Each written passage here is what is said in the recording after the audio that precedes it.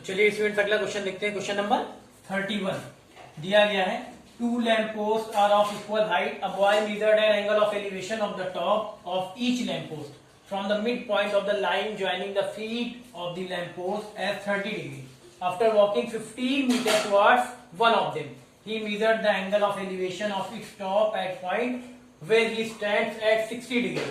Find the height of each lamp post and distance between them. ठीक है, यहाँ देखिए स्टेटमेंट के अकॉर्डिंग क्या कह रहा है, two lamp post are of equal height, दो लैम्प पोस्ट हैं जो कि इक्वल हाइट के। ठीक है, चलिए दो लैम्प पोस्ट बना लेते हैं इक्वल हाइट के। ये हो गया बेस, ठीक है, ये बेस ले लिया, ये जमीन हो गई। अब दो लैम्प पोस्ट हैं और दोनों इक्वल हाइट के हैं। एक लैम्प पोस्ट हम यहां ले रहे हैं, दूसरा लैम्प पोस्ट हम यहां ले रहे हैं। ये दोनों लैम्प पोस्ट क्या है, इक्वल हाइट के, दोनों सेम हाइट के, जितनी हाइट ये है उतनी हाइट ये भी यहां दे रहा है। Two lamp post are of equal height, ये इक्वल हाइट के हैं। ये अगर h मीटर है, इस लैम्प पोस्ट की हाइट अगर h मीटर है तो इस लैम्प पोस्ट की हाइट भी h मीटर होगी। ये ले लिया इक्वल हाइट के दोनों। फिर आगे कह रहा है, अ boy measured an angle of elevation of the top of each lamp post from the mid point of the line joining the feet of the lamp post at 30 degree. अब क्या कह रहा है कि एक लड़का है, अ बॉय मेजर्ड, जो कि इसके यहां से देखिए यहां दिया गया, अ boy measured an angle of elevation of the top of each lamp post from the mid point of the line joining the feet of the lamp post at 30 degree. ये जो बेस है इसके मिड पॉइंट, इसका mid point मान ले रहे हैं, हम यहां ले रहे हैं। ठीक है, ये हो गया मिड पॉइंट। अब एक लड़का है जो यहाँ इस बेस के मिड पॉइंट पे खड़ा हुआ है और दोनों जो लैम्प पोस्ट हैं उनसे क्या करता है, उनका एंगल ऑफ एलिवेशन लेता है। तो एंगल ऑफ एलिवेशन लेगा तो ये लाइन ऑफ साइट ये बनी,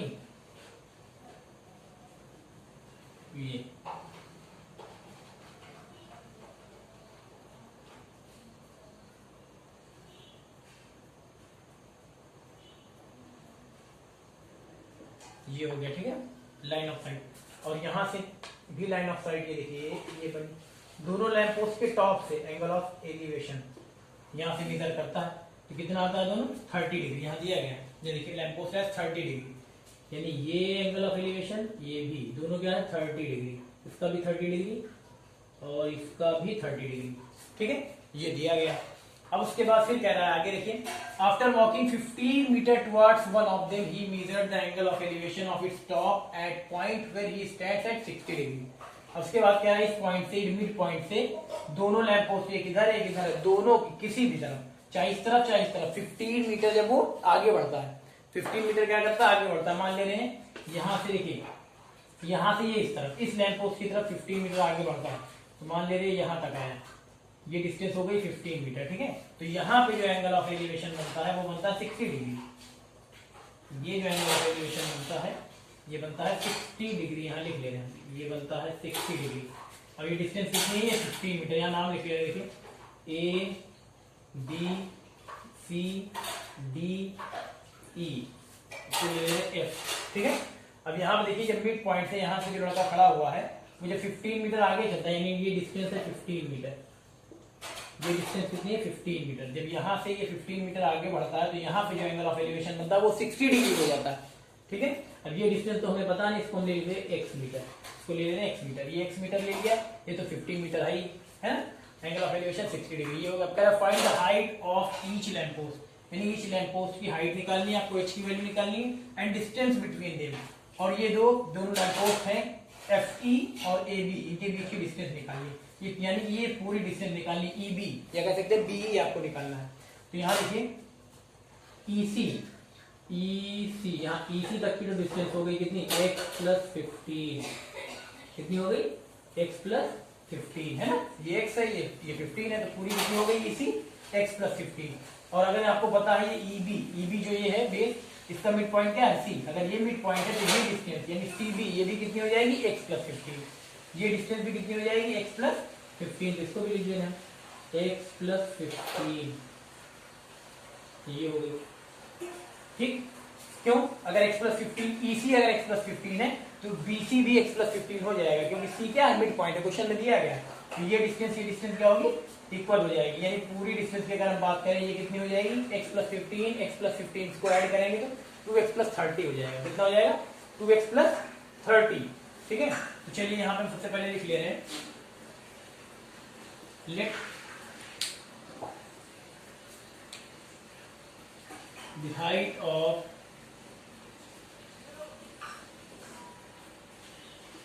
each lamp post,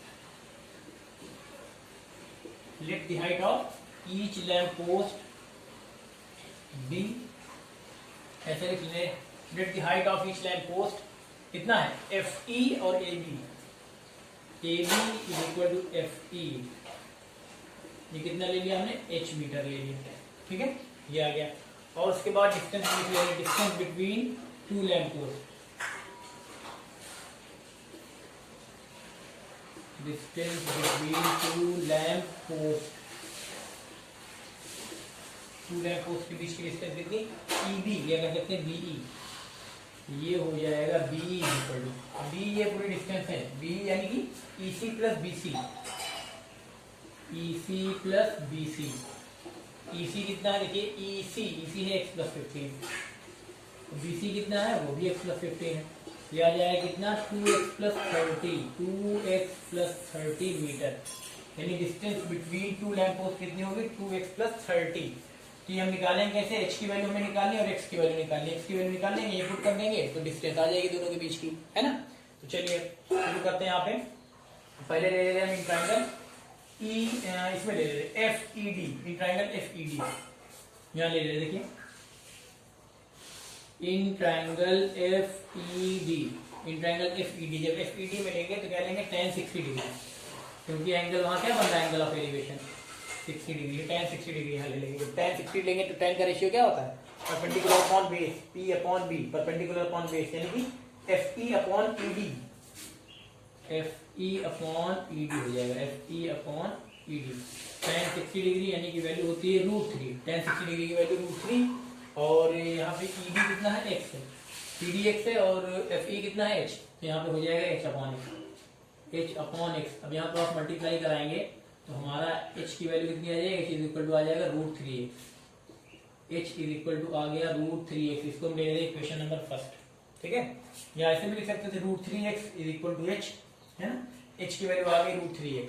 अब चलिए इसके बाद हम लेते हैं ट्राइंगल FEC में, in triangle FEC, in triangle FEC, triangle FEC में लेंगे FEC, यहाँ पे देखिए एंगल क्या है, 30 डिग्री, तो tan 30 ले लेंगे, यहाँ हम ले लेंगे कितना, tan 30 डिग्री, tan 30 डिग्री जब ले लेंगे तो यहाँ पे भी रेशियो क्या होता है, tan का, परपेंडिकुलर अपॉन बेस, यानी FE अपॉन EC, यहाँ हो जाएगा FE अपॉन EC, ठीक है। चलिए FE upon EC, tan 30 degree, tan 30 degree की वैल्यू इधर लिख देना, tan 30 डिग्री की वैल्यू कितनी होगी, 1/√3, tan 30 degree value 1/√3, FE upon EC, FE तो h दिया गया है, डायग्राम में देखिए FE कितना है, FE है h, और यहाँ पे EC कितना हो जाएगा, EC तक की डिस्टेंस, EC यहाँ तक की, तो EC तक की डिस्टेंस कितनी है, x प्लस 15, यहाँ हो जाएगा x प्लस 15, ठीक है। चलिए इसको सॉल्व करें, क्रॉस मल्टीप्लाई कराएंगे तो आ जाएगा x plus 15 is equal to √3h, x plus 15 is equal to कितना आ जाएगा, √3h। अब यहाँ पे देखिए इक्वेशन नंबर फर्स्ट से हम h की वैल्यू यहाँ पुट कर सकते हैं, चलिए h की वैल्यू पुट कर दे रहे हैं, यहाँ x plus 15 is equal to √3 into h की वैल्यू क्या रख दें, हाँ h की वैल्यू दी गई है, h की वैल्यू है √3x, तो h की जगह हम रख देंगे इंटू √3x, ठीक है, ये x लिख ले रहे हैं, ये मल्टीप्लाई का साइन है, ये मल्टीप्लाई का साइन, ये x है, x के लिए हम ऐसे बना दे रहे हैं, ये √3x, ठीक। चलिए अब यहाँ आ जाएगा x plus 15 is equal to, यहाँ पे √3 का √3 से मल्टीप्लाई होगा, आ जाएगा 3x, ठीक है, ये भी x है, इसको भी यहाँ लिख दे रहे हैं, ये चलिए ऐसे बना दे रहे हैं, ठीक है। अब यहाँ पे अगर हम वैल्यू निकालेंगे तो हो जाएगा 3x minus x, 3x minus x is equal to 15, यानी आ जाएगा x 2x is equal to 15, कितना आ जाएगा, 2x इज इक्वल टू 15, और आगे इधर सॉल्व कर ले रहे हैं, तो x इज इक्वल टू आ जाएगा 15/2, x इज इक्वल टू 15/2, यानी x इज इक्वल टू आ जाएगा 7.5, x की वैल्यू कितनी आ जाएगी, 7.5, ये आ गई।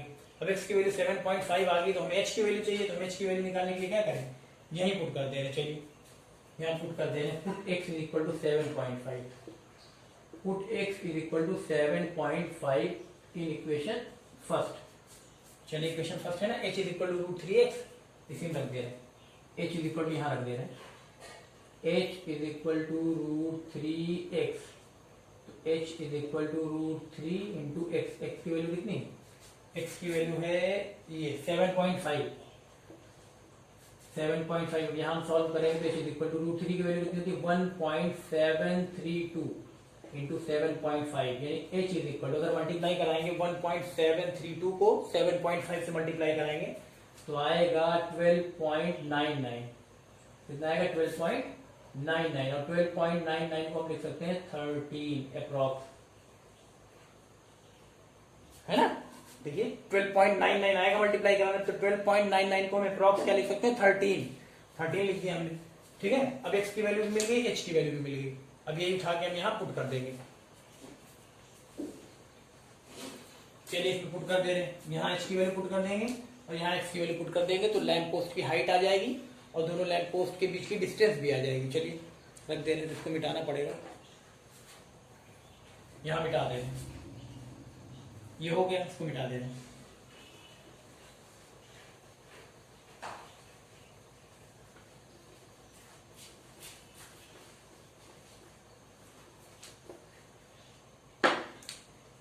यहाँ लिख देंगे so height of each lamp post, height of each lamp post, ये कितना था h metre, height of each lamp post कितनी थी, यानी कि h मीटर, तो h की वैल्यू कितनी आई, h की वैल्यू आई 13, तो लिख देंगे 13 मीटर, ये आ गई 13 मीटर। और हमें डिस्टेंस चाहिए, तो distance between two lamp post, यहाँ लिख देंगे distance between two lamp post,